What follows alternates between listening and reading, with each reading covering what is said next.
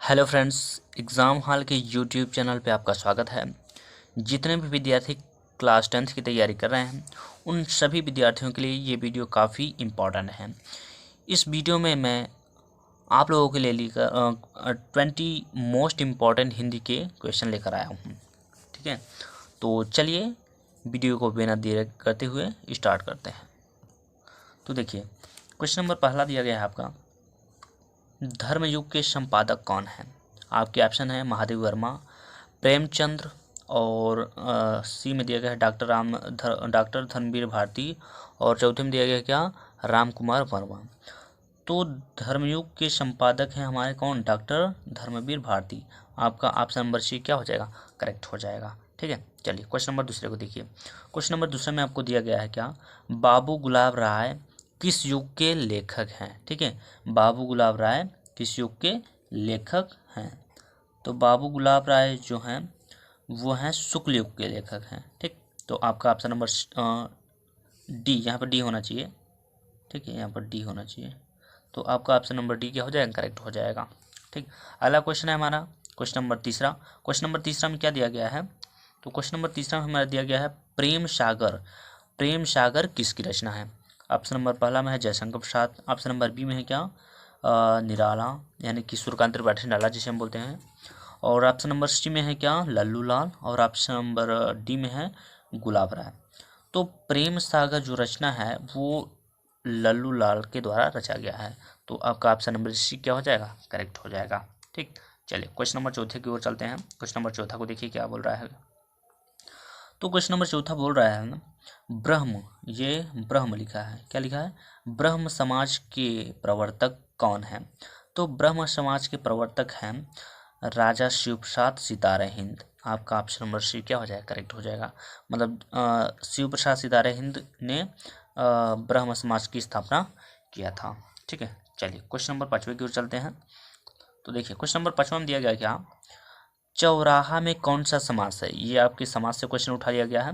यहाँ पर पूछा है चौराहा में कौन सा समास है। ठीक है, तो जितने भी जो समास गिनती गिनाए आपको, जैसे यहाँ पे चौराहा यानी कि चौ का मतलब क्या होगा, चौ का मतलब यहाँ पर अर्थ हो रहा है चार।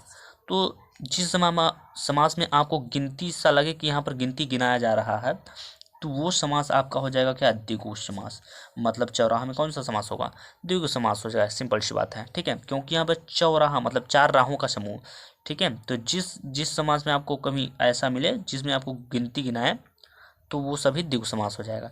जैसे आपसे पूछा जाएगा क्या पूछा जाएगा, त्रिभुज, त्रिभुज में कौन सा समास है, तो आप बताइएगा द्विगु समास, क्योंकि त्रिभुज यानी कि त्रि मतलब तीन हो जाएगा। ठीक है, चलिए आपका ऑप्शन नंबर भी यहाँ से करेक्ट होता है। चलिए क्वेश्चन नंबर छठवें की ओर चलिए। क्वेश्चन नंबर छठवा में क्या दिया गया उसको देख लीजिए। तो क्वेश्चन नंबर छठवा में दिया गया है प्रत्येक, प्रत्येक में कौन सा संधि है? संधि से क्वेश्चन उठा गया है। तो प्रत्येक में कौन सा संधि है? तो वैसे तो कक्षा 10 में केवल एक ही संधि आपको पढ़ने हैं, कौन सा, यड़ संधि। तो बाकी संधि तो वैसे भी कट जाएगा। ठीक, आपको पता होगा। तो यहाँ पे देखिए मैं एक ट्रिक बता रहा हूँ, जितने भी यहाँ पे बीच में य व और र, ये सभी के बीच में यदि आपको कभी अधूरा दिखाई देगा, जैसे यहाँ पर यह दिखाई देगा या फिर वह पे कोई अक्षर अधूरा है, ठीक है, तो वो सभी क्या हो जाएगा, वो सभी जड़संधि के एग्जाम्पल्स हो जाएंगे। मतलब प्रत्येक में कौन सा समास होगा, तो प्रत्येक में जड़संधि ही होगा। ठीक है, यदि आपको कहीं अधूरा शब्द दिखाई देगा तो आप आँख मूंद कर जड़संधि पे मार दीजिएगा। ठीक, चलिए क्वेश्चन नंबर 7 को देखिए। तो क्वेश्चन नंबर 7 में पूछा है क्या, नासिकेतोपाख्यान, नासिकेतोपाख्यान के लेखक कौन है? मतलब नासिकेतोपाख्यान ये रचना किसके द्वारा लिखा गया है? ठीक है, आपके ऑप्शन नंबर पहला में दिया गया है सदल मिश्र, ऑप्शन नंबर बी में है जयशंकर प्रसाद, और सी में है महादेव वर्मा, और ऑप्शन नंबर डी में है लल्लू लाल। ठीक है, तो नासिकेतोपाख्यान जो रचना है वो सदल मिश्र के द्वारा रचा गया। मतलब आपका ऑप्शन नंबर ए क्या हो जाएगा, करेक्ट हो जाएगा। तो चलिए चलिए क्वेश्चन नंबर 8 की ओर चलते हैं। ये रहा हमारा क्वेश्चन नंबर 8वां। देखिए क्वेश्चन नंबर 8वां में क्या बोल रहा है, तो इसमें क्वेश्चन में हमें बोल रहा है छायावादी युग के लेखक कौन है? इसमें हमसे लेखक पूछा है किस युग के, छायावादी युग के। तो आप सभी लोग जानते होंगे छायावादी युग में 4 लेखक हैं, जिसमें आते हैं आपके जयशंकर प्रसाद आते हैं, महादेव वर्मा आता है, सूर्यकांत निराला आता है, और सुमित्रानंद पंत आते हैं।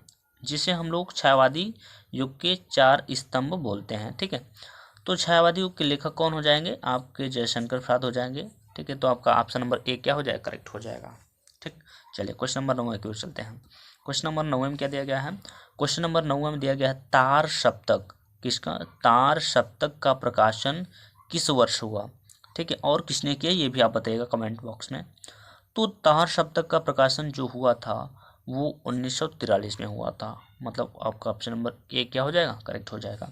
और ये आपसे क्वेश्चन पूछा जाएगा तार सप्तक का प्रकाशन किसने किया था?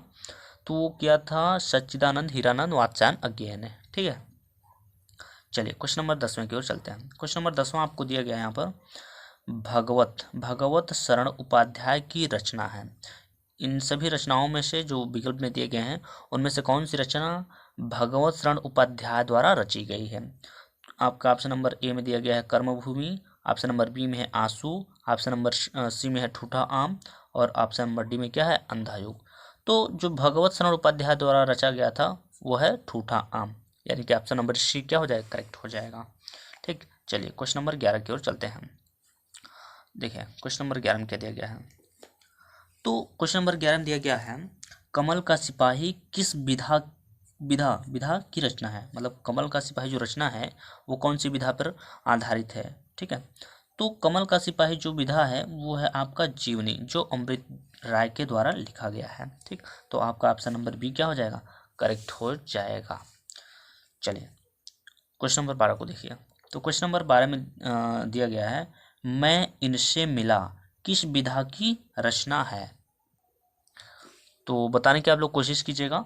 मैं इनमें मिला किस विधा की रचना है?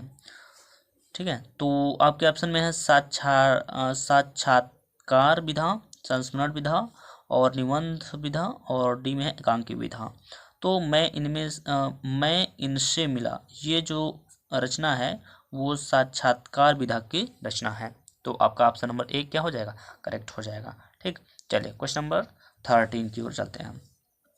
तो क्वेश्चन नंबर 13 में हमें दिया गया है आवारा मसीहा के लेखक कौन है? आवारा मसीहा जो रचना है उसके लेखक कौन है? ठीक है, आपके ऑप्शन नंबर में है अब पहले में दिया गया है मदन मोहन मालवीय, बी में दिया गया है मोहन राकेश, और सी में दिया गया है विष्णु प्रभाकर, और डी में दिया गया है महादेवी वर्मा।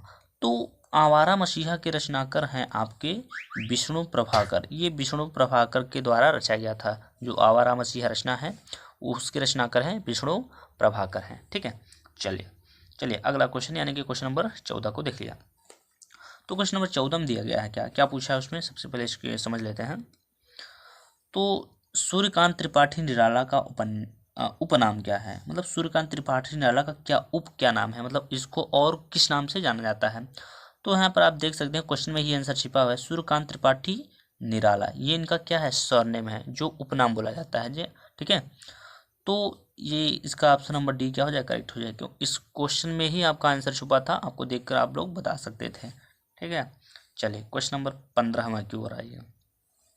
ये रहा क्वेश्चन नंबर 15। क्वेश्चन नंबर 15 में आपसे पूछा है करुण रस का स्थायी भाव। ठीक है, तो करुण रस का स्थायी भाव बताने की कोशिश कीजिएगा। आपके ऑप्शन हैं, ऑप्शन नंबर पहले में हास दिया है, बी में दिया गया है शोक, और सी में दिया गया है क्रोध, और डी में दिया गया है रति। तो हास्य रस करुण रस का स्थायी भाव क्या होता है? करुण रस का स्थायी भाव शोक होता है। करुण का मतलब ही होता है, करुण का मतलब होता है रोना या विलाप करना। ठीक है, तो जब जहाँ पे रोने या फिर विलाप किया जाएगा तो वहाँ पर शोक यानी कि शांति तो होगी ही। ठीक है, शोक वहाँ पे शोक मनाया जाता है। तो आपका ऑप्शन नंबर बी क्या हो जाएगा? करेक्ट हो जाएगा। चलिए अब हम लोग चलेंगे क्वेश्चन नंबर 16 की ओर।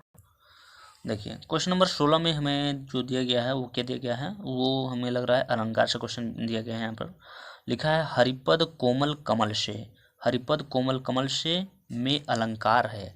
अलंकार आपसे पूछा है, तो एक ट्रिक आपको बता दे रहा हूँ। जब भी आपको सा सी से योजक के साथ, ये जो योजक दिख रहे हैं इसके साथ सा सी से कहीं दिखाई दे, कहीं भी ऐसा जब पूछे हरिपद कोमल से ऐसा कोई और रचना पूछे उसमें योजक चिन्ह और सासी से आपको दिखाई दे तो आप आंख मूंद कर उपमा अलंकार मार के चले आइएगा। ठीक है, क्या मारेंगे? उपमा अलंकार। तो हरिपद कोमल कमल से यहाँ पर देख सकते हैं, यहाँ पर योजक का चिन्ह लगाया गया और से भी लिखा गया है, तो ये हो जाएगा उपमा अलंकार, यानी कि ऑप्शन नंबर ए क्या हो जाएगा? करेक्ट हो जाएगा। ठीक, चलिए क्वेश्चन नंबर 17 की ओर चलते हैं। क्वेश्चन नंबर 17 को देखिए, इसमें लिखा है अभिमान। क्या लिखा है? अभिमान में उपसर्ग क्या है? उपसर्ग आप जानते होंगे, उपसर्ग उसे बोलते हैं जो शब्द के पहले लगाया जाता है, जो शब्द के जो पहले लगाया जाता है उसे हम लोग बोलते हैं उपसर्ग। जैसे मान, मान के आगे यहाँ पे लगाया गया है क्या? अभि, तो यही इसका बोला जाए क्या? उपसर्ग। मतलब अभिमान में उपसर्ग की बात करें तो यहाँ पर अभि उपसर्ग हो जाएगा, यानी ऑप्शन नंबर सी क्या हो जाएगा? करेक्ट हो जाएगा। ठीक है, चलिए चलिए क्वेश्चन नंबर 18 को देखिए। तो क्वेश्चन नंबर 18 में पूछा गया है अमीय सुधा पीयूष कहलाते हैं।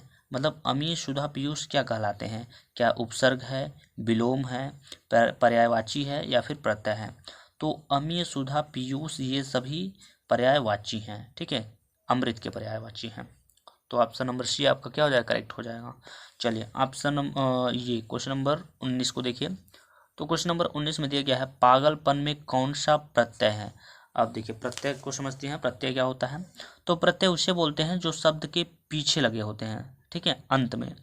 तो यहाँ से देखिए पागल, यहाँ से एक शब्द आपको बनना है, इसमें कौन सा प्रत्यय लगा है? तो पन प्रत्यय लगा हुआ है। तो इसका ऑप्शन नंबर डी क्या हो जाएगा? करेक्ट हो जाएगा। ठीक, चलिए क्वेश्चन नंबर 20वें को देखिए। क्वेश्चन नंबर 20 को देखिए। क्वेश्चन नंबर 20 को देखिए, यहाँ पर लिखा गया है शुभाशुभ में कौन सा समास है? तो शुभाशुभ में कौन सा समास है? ठीक है, तो इसमें आपसे समास का एक क्वेश्चन शायद दोबारा क्वेश्चन ले लिया गया है। तो शुभाशुभ में कौन सा समास है ये आपसे पूछा है। तो शुभाशुभ देखिए, शुभ और अशुभ की बात कर रहा है, यानी कि विलोम बात कर रहा है। शुभ माने कि जो शुभ होता है, और अशुभ, शुभाशुभ का मतलब शुभ और अशुभ होगा। मतलब ये हो जाए क्या? द्वंद्व समास, क्योंकि इसमें ही योजक को हटाया जाता है तो और लगाया जाता है। ठीक है, चलिए एक ऐसा हमारा क्वेश्चन है हमारा, माता और पिता में कौन सा समास है? तो अभी हमने बताया था योजक जब भी लगा रहता है तो उसको हटाने के लिए हम किसका और लगा देते हैं। तो यहाँ पर माता और पिता लिखा है तो ये जाहिर सी बात है ये द्वंद्व समास हो जाएगा। ठीक है, तो आपका ऑप्शन नंबर 1 करेक्ट हो जाएगा। तो इस वीडियो में बस इतना ही, मिलते हैं नेक्स्ट वीडियो में, तब तक के लिए जय हिंद, जय भारत।